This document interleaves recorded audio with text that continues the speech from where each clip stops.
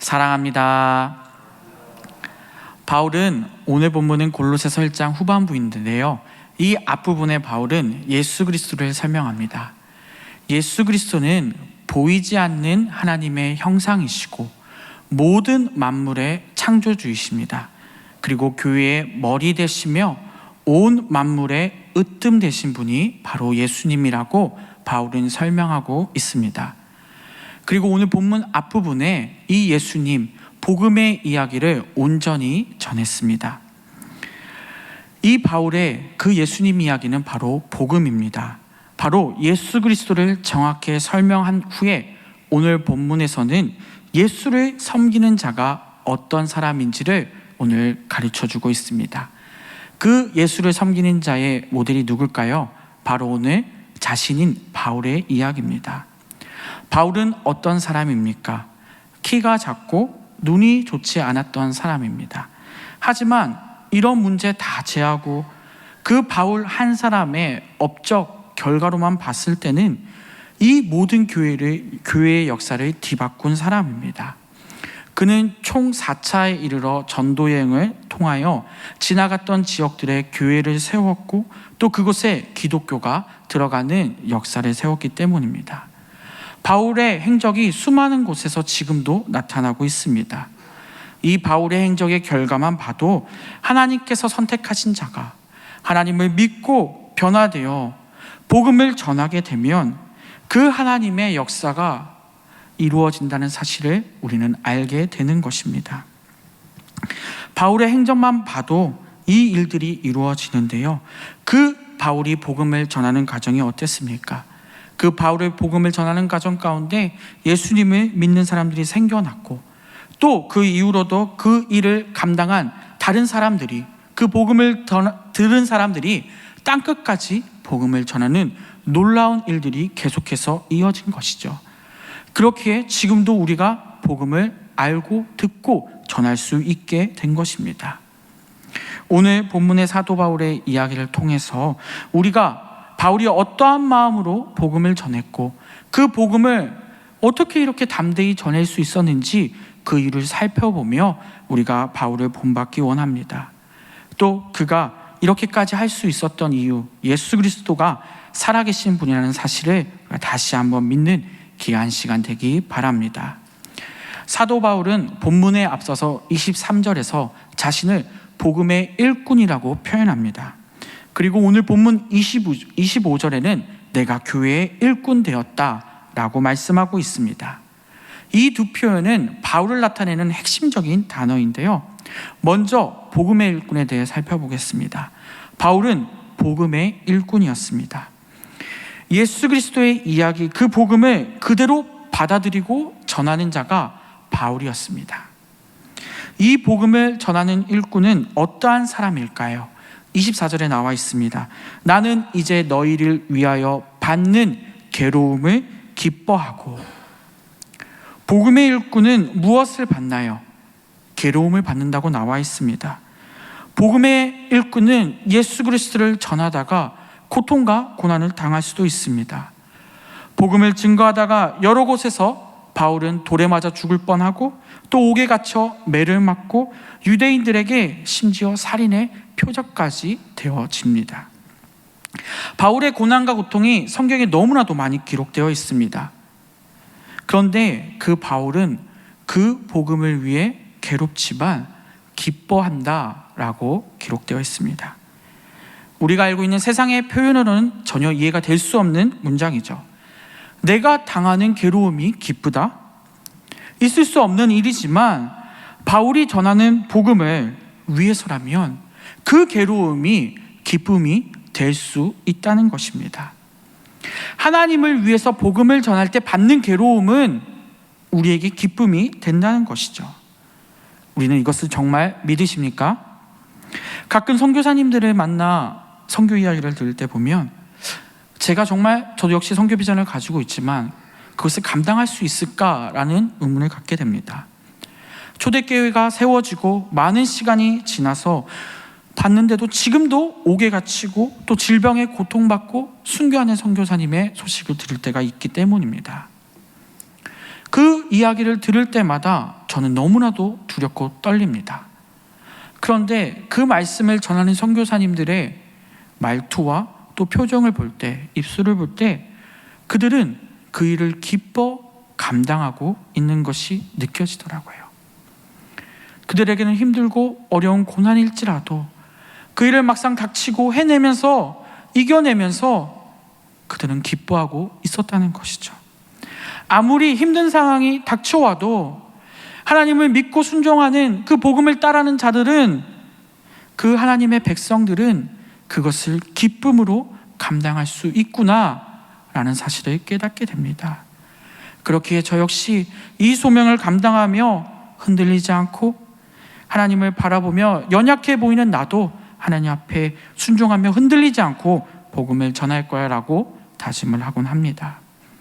이것이 우리에게 어떻게 가능할까요? 바울의 기쁨은 그리스도의 복음을 전하는 고난이 있더라도 그것이 곧 하나님의 위로와 상급이 된다는 것을 이미 바울은 알고 있었기 때문입니다. 그에게 세상의 고난과 고통보다 하나님께 받는 인정과 칭찬이 더 중요한 것을 알고 있었기에 그 고난과 괴로움 속에서도 기뻐할 수 있었다는 것입니다. 우리에게도 이러한 바울의 확실한 복음에 대한 사명감이 우리의 삶에서 나타나기를 바랍니다. 내가 나를 소개할 때 나는 그리스도의 복음의 일꾼이요 라고 소개할 수 있어야 하지 않겠습니까?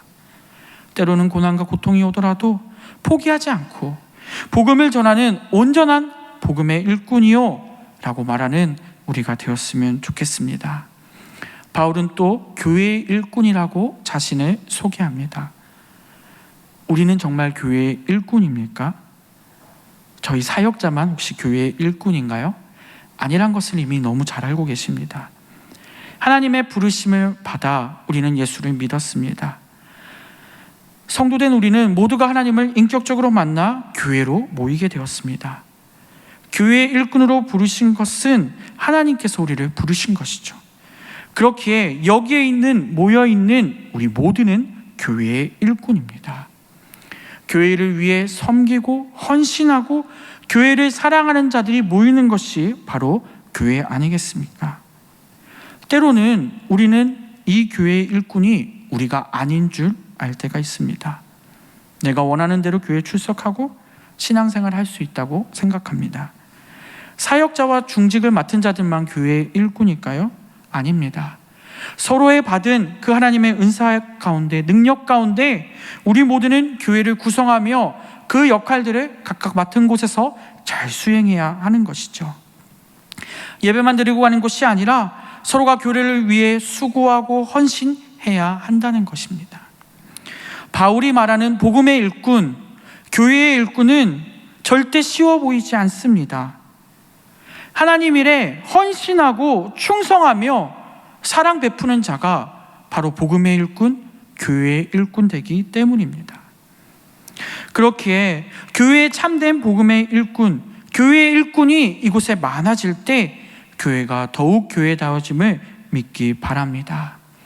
24절 하반부에 그리스도의 남은 고난이라는 단어가 나옵니다.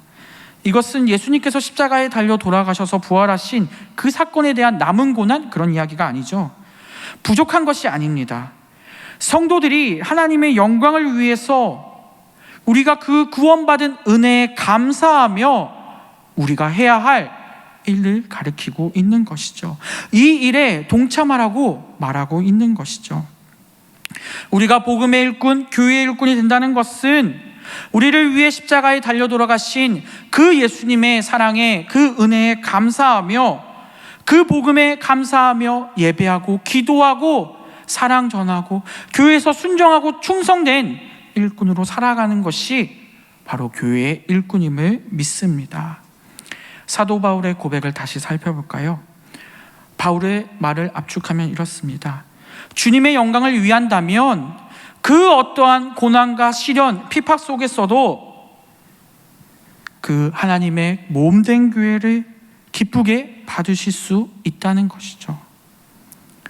그 하나님의 교회를 위해 하나님 나라에 소망 두고 바울은 살아가야 한다는 것이죠. 바울의 이 고백이 가능한 이유가 무엇일까요? 바울은 회심 이후에 인생 모두를 하나님께 바친 사람입니다. 그렇기에 우리는 이 바울을 신뢰할 수밖에 없습니다. 우리는 이 바울의 고백을 따라 하나님 나라를 위하여 고난을 기뻐하며 복음의 일꾼, 교회의 일꾼으로 온전히 서가는 우리가 되었으면 좋겠습니다. 25절부터는 비밀이라는 단어가 소개됩니다. 이 비밀은 우리는 이미 다 알고 있습니다. 바로 복음이죠. 복음의 일꾼, 교회의 일꾼은 고난과 어려움을 감당해도 무엇에 힘이 있을까요? 비밀의 힘이 있기에, 복음의 힘이 있기에 우리는 기뻐할 수 있는 것입니다. 이 비밀은 숨겨진 것이 아니라 공개된 비밀입니다.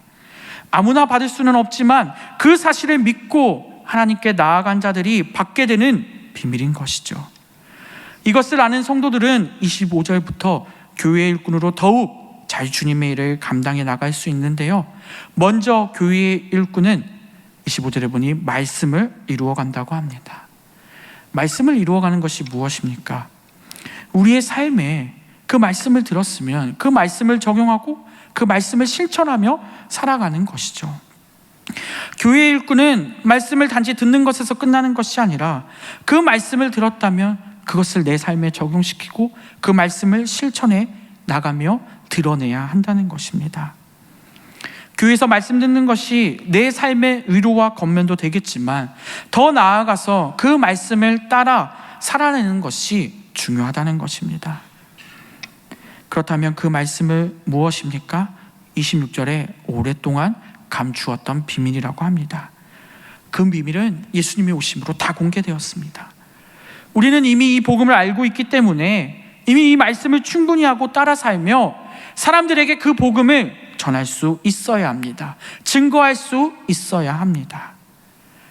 일제강점기 시대와 지금 북한은 성경을 펴볼 수도 없고 그것을 드러낼 수도 없었습니다. 그럼에도 그러한 고통과 고난 가운데 복음의 끈은 끊어지지 않았습니다. 그런데 우리는 마음껏 볼 수 있는 공개된 이 시대에 살지만 우리는 왜 말씀을 드러내지 않을 때가 더 많을까요? 더 좋아지니 더 말씀을 보지 않는 것 같습니다. 저 역시 시간을 허비할 때가 많습니다. 저를 성찰하는 이야기니까 너무 부담스럽게 듣지 않으셨으면 좋겠습니다. 저는 성도님보다 교회에 오는 횟수가 더 많아서 버티고 있는지도 모릅니다. 그나마 성경을 연구하고 설교를 할 수 있어서 또 그런지도 모릅니다. 왜냐하면 저를 너무 잘 알거든요. 그만큼 부족합니다. 그렇기에 때로는 하나님이 저에게 더 보고 더 따르라고 이 자리에 세우실지도 모르겠다는 생각이 들 때가 있습니다. 이렇게라도 저를 붙드시는, 또 우리를 붙드시는 하나님께 감사하길 원합니다. 그 하나님은 비밀을 공개하셨고 우리를 포기하지 않으셨고 우리를 끝까지 붙드십니다. 우리는 그 하나님의 비밀을 드러내는 모두가 되었으면 좋겠습니다. 그 비밀을 감당하는 자들은 그 비밀을 어떻게 나타낼까요? 먼저 말씀해 보니 이방인에게 드러납니다. 그 구원의 비밀이 예수 그리스도가 27절에 나타나고 그것도 언어도 모르는 그 다른 이방인들에게 복음을 전하게 됩니다. 이들이 어떻게 예수님을 믿을까? 이런 고민조차도 필요 없습니다. 이것이 사실이기에, 복음이 진리이기에 그대로 그 복음을 이방인에게도 전할 수 있는 것이죠. 우리들은 그 일을 감당하기만 하면 되는 것입니다. 예수님을 만난 우리 교회는 이 하나님의 복음만을 그대로 전하면 된다는 것이죠. 그러면 놀랍게도 그 하나님의 일은 계속 이루어져 갑니다. 이것이 바로 비밀, 복음의 힘임을 믿습니다. 그리고 그 비밀은 27절 하반절에 보니 영광의 소망이 된다고 나와 있습니다. 예수님은 영광의 소망이십니다. 앞으로 이 일들을 감당하며 우리가 바라보고 얻을 것은 영광의 소망임을 믿습니다. 주님께서 다시 오겠다고 하신 그 약속을 바라보며 그 영광의 소망을 바라보며 복음의 일꾼, 교회의 일꾼, 그 사역을 끝까지 감당하는 우리가 되었으면 좋겠습니다. 믿는 사람은 바울처럼 말씀을 증거하고 끝까지 포기하지 않아야 합니다. 바울은 이미 이것을 알고 있었기에 모든 고난을 받으며 참고 견디며 이 길을 포기하지 않고 끝까지 걸어갈 수 있었던 것이죠. 마지막으로 교회의 일꾼의 역할은 28절에 나옵니다. 그리스도 안에서 완전한 자로 그들을 세워 나갑니다. 이 말씀은 교역자들에게도 해당하는 말씀이지만 복음의 일꾼, 교회의 일꾼, 우리 모두에게도 해당되는 말입니다. 주님이 우리를 부르시고 세우셨기에 우리는 또 다른 일꾼들을 또 세워 나가야 합니다. 사람을 세우는 게 얼마나 힘든 일인지는 우리가 너무 잘 알고 있습니다. 왜냐하면 나 자신을 봤을 때도 내가 부족한 것을 알기 때문입니다. 하나님을 만난 순간 우리는 구원을 받았지만 나의 개인적인 모습을 바라볼 때 복음의 일꾼과 교인 일꾼으로 불리기에는 너무 부족하기 때문입니다. 그렇게 우리는 더욱더 성장해야 하고, 우리가 성장하여서 또 우리 주변의 사람들을 온전히 가르치고 하나님의 일꾼으로 세워나가야 한다는 것이죠. 바울은 이 일이 정말 힘든 것임을 이미 알고 있었습니다. 그렇기에 29절에서 지금까지 이미 잘해온 바울도 고백합니다. 그 옥중에서도 바울은 힘을 다하여 수고한다 라고 이야기하고 있습니다. 우리는 내 속의 능력으로 역사하시는 하나님을 받아들이며 교회의 일꾼의 사명을 감당하며 정말 살고 있습니까? 지금부터라도 다시 시작하기 원합니다. 저 역시 그렇기에 이번 성경학교가 너무 기대됩니다. 매번 행해왔던 성경학교 습관적으로 하는 것이 아니라 더욱 힘내서 그 기간에, 그 순간에 아이들이 하나님을 알게 하시고 아이들이 하나님을 그 믿는 역사들이 그곳에서 일어나게 해달라고 지금도 기도하고 또 그 수련회를 계획해 나갑니다. 이 일을, 교회와 복음을 전하는 일들을 우리가 같이 기도하고 헌신하기 원합니다. 왜냐하면 이 비밀은 공개되었기 때문입니다. 이것은 사실이고 진리임을 우리는 믿습니다. 예수님이 계시기에 이 일들은 분명히 하나님께서 함께 하시고 이루실 것이라는 것을 우리가 믿기 원합니다. 말씀을 맺겠습니다. 사도 바울은 골로새 교회 성도들에게 편지를 씁니다. 이 편지가 너무 간절합니다. 바울은 골로새 교회 성도들이 잘 자랄 수 있도록 옥중에서도 본인이 힘을 다하여 수고하겠다고까지 말을 하고 있습니다. 그가 고난당하고 고통당하고 있는 상황인데 그 골로새 교회 성도들을 위해 그들이 완전한 복음의 일꾼, 교회의 일꾼이 되게 해달라고 그는 간절히 기도하고 부르짖고 있는 것이죠. 그리고 공개된 비밀, 바로 예수 그리스도를 그는 온전히 알려주고 있습니다. 우리 역시 그 일을 감당하기 원합니다. 이 교회가, 공동체가 제대로 성장하려면 교회의 일꾼, 복음의 일꾼이 더 많아져야 합니다. 다른 사람들을 위한 헌신이 우리에게 필요합니다.